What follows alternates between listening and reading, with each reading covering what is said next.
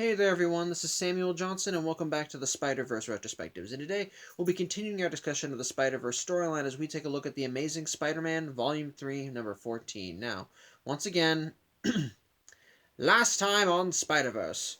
With the Spider Army now situated on Earth 3145 and having met that world Spider-Man, in this case Ben Parker, they're finally able to essentially reorganize themselves and figure out what to do next. In this case, they decide to take this opportunity to look at the scrolls that Jessica Drew sent them that from the Master Weaver.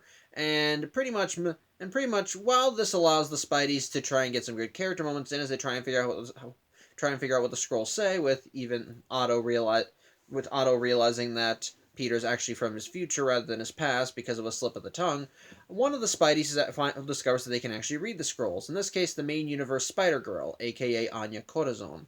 Basically the first scroll outlines a ritual that it explains what the prophecy is that the inheritors keep referring to. In this case, it is a prophecy that states that their reign will be put to an end by the spider totems of the multiverse, and basically the best way to stop the spider totems and end them once and for all is by performing a ritual that will stop any future totems from coming into existence. And basically, how the ritual works is that you need to spill the blood of 3 specific spider totems onto the web of life and destiny. And in this case, those totems are the Other, the Bride, and the Scion, aka Kane Parker, Cindy Moon, and Benji. And since they already have Benji, well, all they need now are Cindy and Kane. Peter thinks that they can easily just throw a wrench into the system so they can just keep Cindy and Kane from going to Loom World, but sadly, that's already a little too late, as while everyone was talking, Cindy slipped away with Spider-Gwen to Loom World to save Spider-Woman, since she felt guilty for Parker kind of sort of stranding her there, and likewise Kane wound up going to Loom World in a roaring rampage of revenge after Ben Reilly died in his tie-ins. As such, Peter, realizing that everything is already going to hell in a handbasket, he orders the Spider Army to regroup and go directly to Loom World. And after Peter and Otto manage to give Ben Parker a bit of a pep talk and get him to get his inspiration back, the Spider Army suits up and heads out, which leads directly into issue 14, which, like I said on Tuesday, is the finale for Spider-Verse. Kind of, sort of. There is an epilogue issue, but we'll talk about that on Saturday. And put simply, the issue actually opens with Jessica Drew and Spider-Gwen duking it out with some more of Verna's hounds. In this case, a gaggle of green goblins. Thankfully, they get some help from the Spider Army, which manages to pour it in. Basically the added assistance does allow Jessica and Gwen the advantage into taking down the goblins. Sadly, this help came too little, too late. As in the midst of the battle, Bricks and the Inheritors were able to grab Cindy and brought her back to the web. So yeah, it's now a race against the clock because they know they realize that if they have Benji and Cindy, then Kane probably isn't too far behind, and thus they need to get to the Great Web and stop the ritual before everything goes to hell. And speaking of said ritual, back with the Inheritors, yeah, they've got all 3 spider totems strewn up. Kane's body, which, to remind you, he was killed last issue, is strung up, and yeah, he's still in his mutated spider form, which even shocks Genix because he didn't know that about the Inheritor, while Cindy and Benji are all wrapped up in their own strands of the web. However, despite all this, Deimos is not exactly doing well, as, to remind you, the Master Reaver told him that he wouldn't outlive Solus, meaning that he would never once wear the crown of the Inheritors. And so, knowing that his dad is dead, well, this kind of gets to Deimos something fierce, as he thinks that it doesn't make sense, that everything the Master Weaver told them means nothing. Their father is gone, so what does this mean? However, Genix reveals that the prophecy that the Master Weaver told him still stands true, as in his pocket he holds up a red crystal, which is supposed to contain everything that is Solus, his personality, his memories, basically just everything. It's just that because the cloning facility is down, there's no place to put all this, so right now it's just contained in a crystal, meaning that is still technically their father, and he is still alive. So Deimos says that he'll hold on to it. In the meantime, though, the question is raised of what they're going to do next now that Solus isn't around, and Moreland just says then they'll just keep going. They'll just make do with what they have, and they'll keep up with the ritual, do what Solus wanted, and so forth. And as such, Moreland decides that he's going to do this right away, that he's not going to waste any time, as he pulls out as he pulls out what I'm going to call a sacrificial knife, which will become important later, and starts the ritual, stabbing into Kane's body and spilling his blood upon the web. The first third of the ritual. However, as the Master Weaver reacts to this, stating that the spiders can sense the other's blood spilt, and apparently this is supposed to stop the other from finding any more new hosts or whatever. Basically, he also tells them that the spiders sense what's going on and are on their way. As such, Morlun tells Deimos to just stay by his side and offer backup, while he orders Genix, Brix, Bora, and Verna to go and take care of the Spideys as they're coming in the door. As such, the quartet end up rushing out and meet the Spideys at the front of their lair. But Peter has an answer for that too, as he gets on his communicator and calls in more backup. In this case, Miles and his web warriors, including Ultimate Jessica Drew, who, like I said, they went and picked up As such, they all come in, and Jess, even seeing what's left of Kane's costume, claims that no more spiders will be lost this day. And in the meantime, back with the inheritors, they're still more specifically back with Morlun and Deimos. Morlun takes the knife to Cindy, and rather than killing her, he just cuts her hand and spills her blood, which is supposed to stop any new spider totems from being created by chance, basically just accidents. Basically, if you manage to get your powers through just sheer luck, that's not supposed to happen anymore. And as such, that's 2/3 of the ritual done. And so the last thing they need to do, they need to kill Benji, as he's the youngest, as the Saiyan, he's the youngest totem in the multiverse. And so with his death, they believe that that'll essentially stop any more Spideys from being able to appear at all. No new generations, nothing to stand in their way. Everything's all good. However, as he raises the blade up and gets ready to stab into a helpless baby, the spider army shows up, and Peter webs the knife out of his hand, which causes Morlun to freak out. He orders Deimos to immediately go on the attack.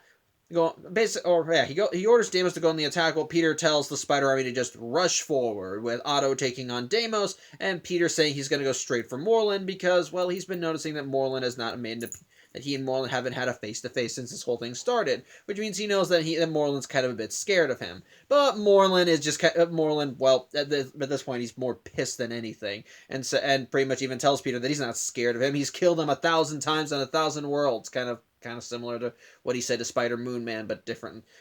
Put simply, he says he's not afraid of him. He's killed him 1,000 times, and he's gotten rather adept at doing it. However, back with Deimos, he's kind of wiping the floor with the superior Spider-Man, but Mayday comes in and delivers a kick straight to his face because, well, she's still got a vendetta against this guy for killing her family. As such, as the battle goes along, things continue coming to a head, and while Peter is starting to get outmatched, well, that he begins asking for backup. Unfortunately, backup doesn't seem to be coming, as when he looks to Ben Parker for guidance, Ben seems to be at a strand of the web, and even tells Peter that while he wants to help, there are portals that can lead anywhere, and that he has no choice. And before he can clarify, he vanishes into one of the portals, seemingly abandoning the battle. As such, on the outside, however, things continue kind of going wrong, as Genix, Brix, Bora, and Verna are essentially gaining an advantage against the spiders. However, that's where more of the tie-ins begin coming back into play, as a portal opens up, and Karn comes through. Which, the inheritors assume that now that Morlun's in charge, Karn's exile must be undone now. He's here to clearly get them back out, and with his help, they'll be able to wipe out the remaining spiders. To which Karn responds, "Help? Why would I want to help you guys? You exiled me for centuries and cast me out. I don't give a shit about you guys, and from now on, I renounce my inheritance." And sure enough, from behind him comes Anya and her team of spiders, which I have to remind you, back in last issue, they were going off to fulfill a mission based on the second scroll they got, which, it was supposed to be information that was supposed to help them get Karn to their side, and Karn really does not have any love lost for his family because of what they've done to him, so he's pretty much just telling them, screw you, I'm joining these guys, and so he rushes into battle alongside the spider army and starts helping them kick the collective asses of the inheritors.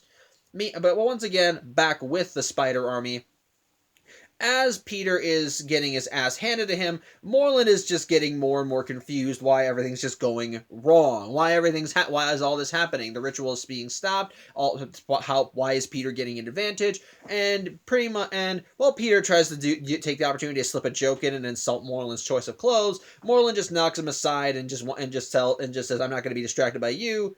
Before Cindy starts speaking up, which, yeah, she's been lying limp in the web for some time and she's still a little weak from the battle in the last issue, but she's telling Moreland that he's pretty much lost. Because the ritual was stopped, any damage that he's done to the web by spilling Kane or her blood, well, it's not going to do it. It doesn't matter. The web is starting to heal, and nothing, and in time, that'll be back to the way it was. But Moreland tells him it doesn't matter. Doesn't matter. They still have the cyan, and all he has to do is just spill his blood, and the ritual will be complete. But when he goes over to where Benji's supposed to be, he instead gets a hoof right to his face, as in Benji's place, he finds a naked Spider-Ham.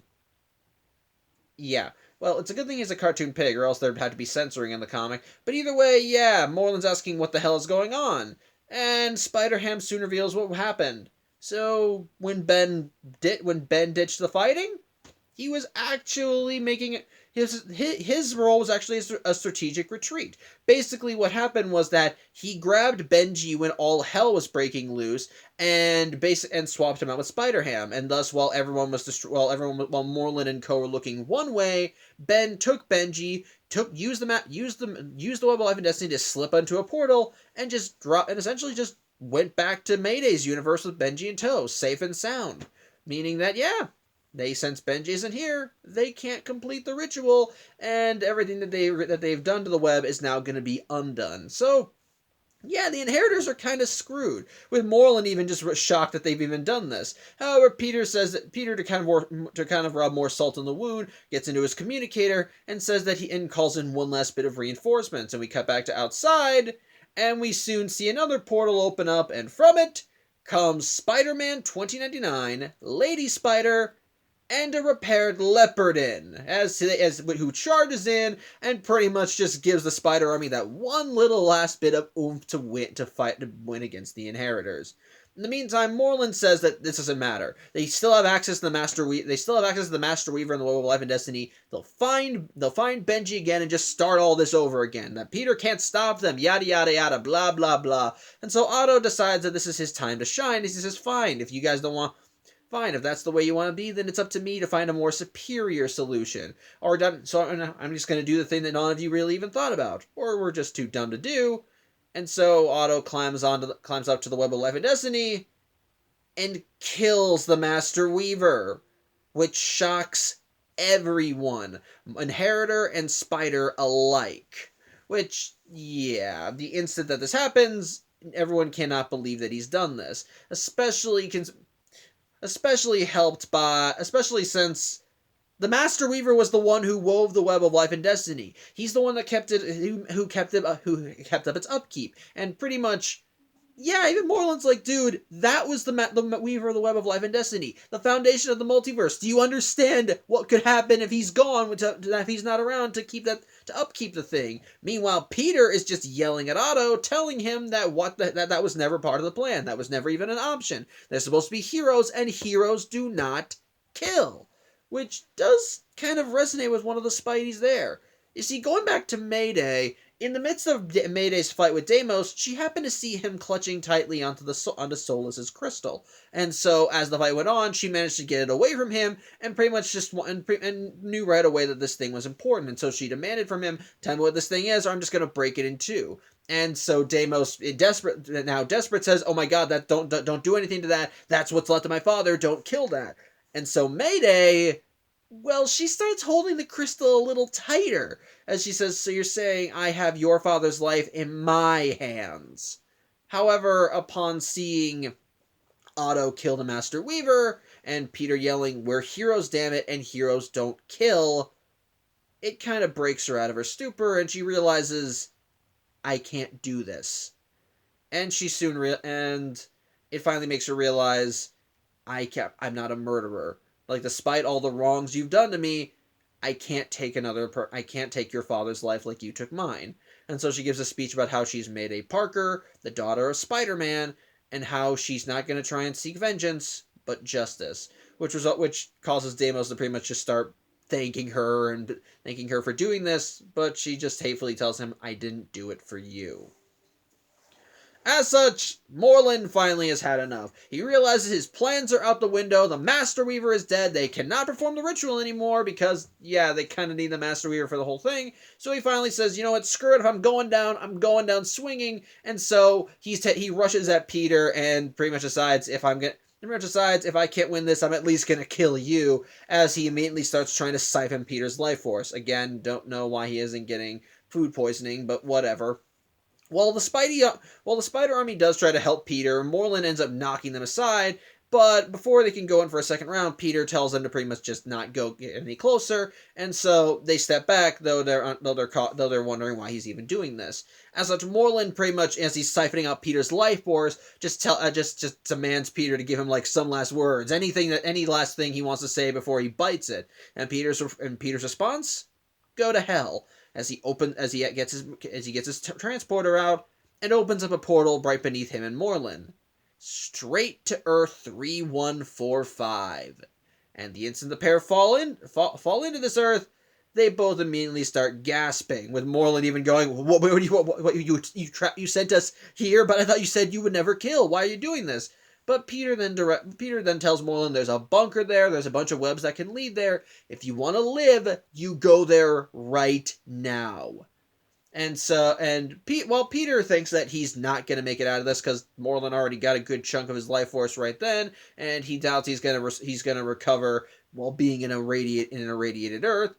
Well, a web line appears, and right above them, there's another portal, and there's Cindy there to give Peter a way out. And so she pulls him out of the portal, telling him that they're always connected.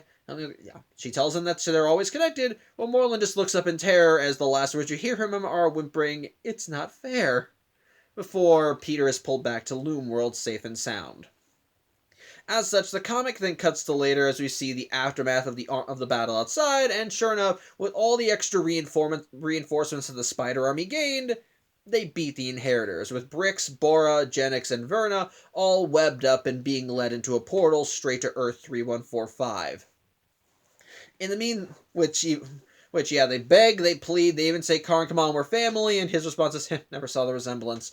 And Mayday, to kind of pour salt in the wound, end up chucking Solus's gem right into the portal, with Deimos running after it, and the portal closes. As such, the Spider Army is relieved that they've finally beaten the Inheritors. Spider-Ham goes up to Mayday and says, "Hey, I know it may not mean much, but if your dad was anything like me, I think he'd be very proud of you." So the Spider Army realizes they have access to Web of Life and Destiny. They can use this to get back to their proper times and places. And the comic ends with Peter and Cindy just kind of sitting and resting as they both try to recover.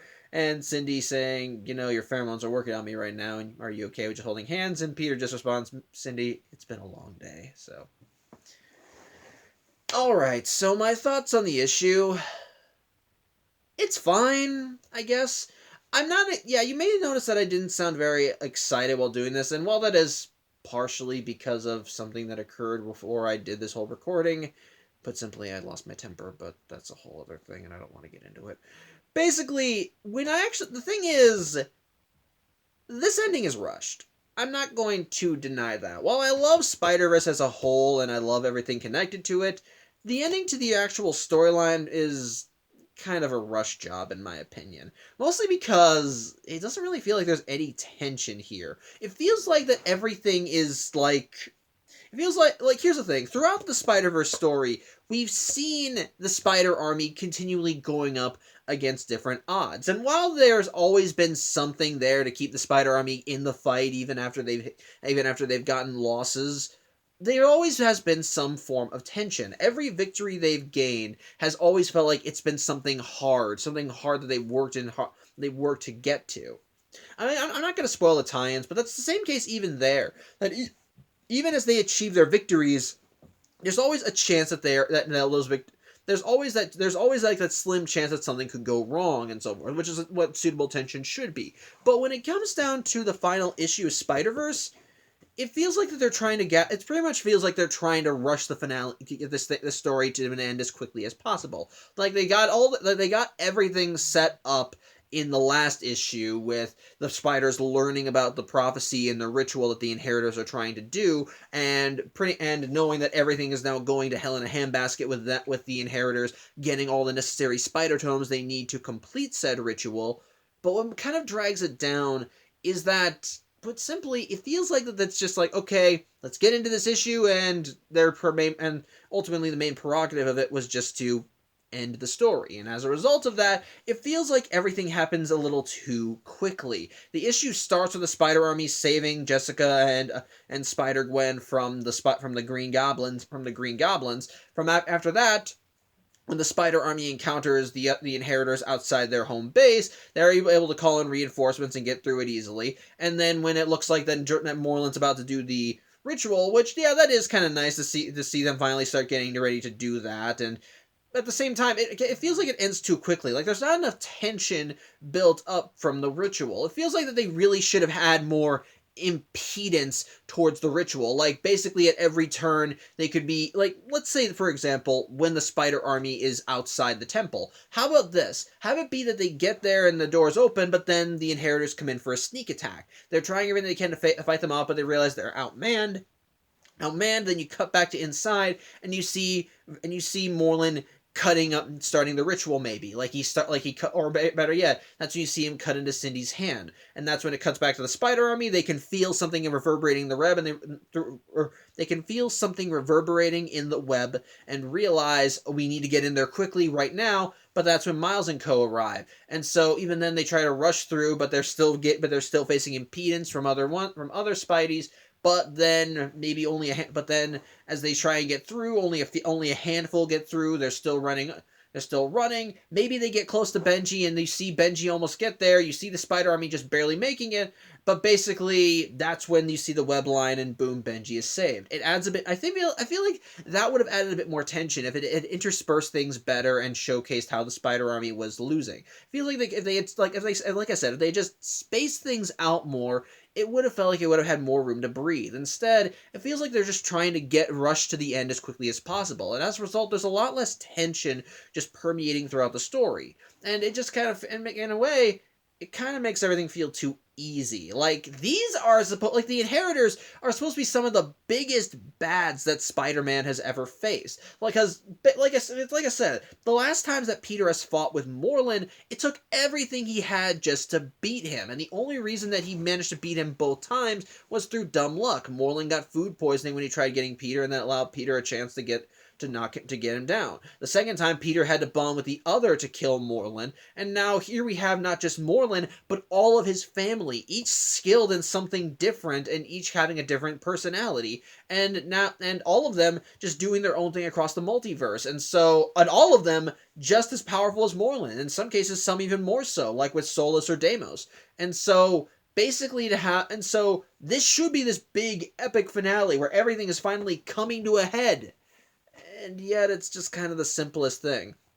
It's just the Spider Army going into battle, and they just kind of win. Like, there is still some slight tension. There is still some... I admit, the action is still cool, and it is nice to see the spiders come in and start kicking ass whenever they do, but at the same time, it feels too easy. There's not as much tension in issue 14 as there is permeating throughout the rest of the story. Throughout the rest of the story, while you know the Spideys are still doing their best and holding their own, they still is added challenge with how the Inheritors have dealt with things. Even going with Otto, when with Otto and his superior Spider Army, while he did plan things out more, there were still some factors that he wasn't aware of that kind of still came back to bite him in the ass and still added a sense of tension. When he and his Spider Army went to go confront Karn when he was hunting Cyborg Spider-Man, it seemed to turn the tide. He seemed to turn the tide of battle, but what he didn't account for was that the weapon would ultimately be ineffective.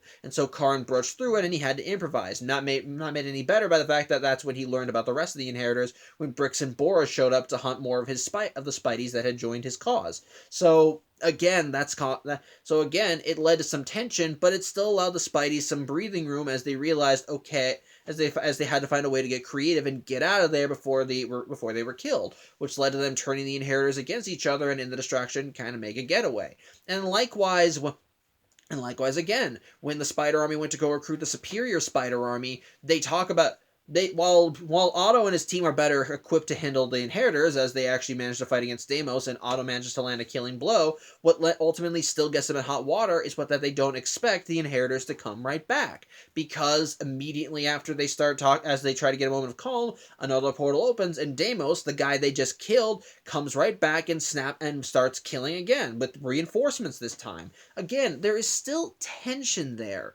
There is still things that they can't account for, but this time around it feels just too easy. Like they got everything planned, and I know that's supposed to be the case. Like they got more things, but it feels like there should still be more tension. It should still feel like that things are going wrong, that there is still a way for things to go wrong. And while there are some minor moments here and there when things don't seem to be looking nice, like when you cut back to the Spideys outside, you see the inheritors getting some slight advantages, or when Ben Parker runs away when Peter needs reinforcements.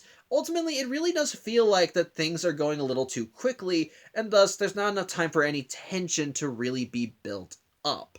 And so, yeah, as a result, the finale is not that great. I hesitate to call it awful, because it still does feel really cool to see all the Spideys in one room together, and it does lead to some legitimately awesome developments. I do like seeing Karn join the Spider Army, which, yeah, if I have to list another problem, it's that feels like that should have been explained in the main book. It's explained in a tie-in. Again, we will get to that tie-in in a couple weeks, but overall, it does still feel kind of dumb that we don't really get an explanation for that we don't really see how Karn is swayed to the Spider Army so quickly.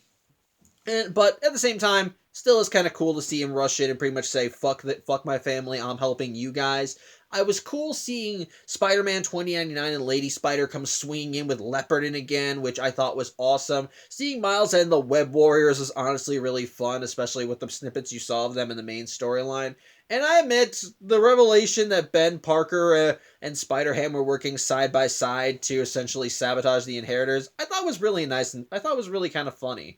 It was funny, but creative and brilliant. I like that it starts out small, like they don't tell you what's going on. It just looks like that Ben is backtracking back to his cowardly ways and saying, I'm sorry, but there's a portal here, I just need to get out of here. But no, it's him being smart. Basically, while everything went down, he and Ham grabbed Benji, and Spider-Ham just replaced the kids, so make the Inheritors not realize that anything had happened until it was too late. It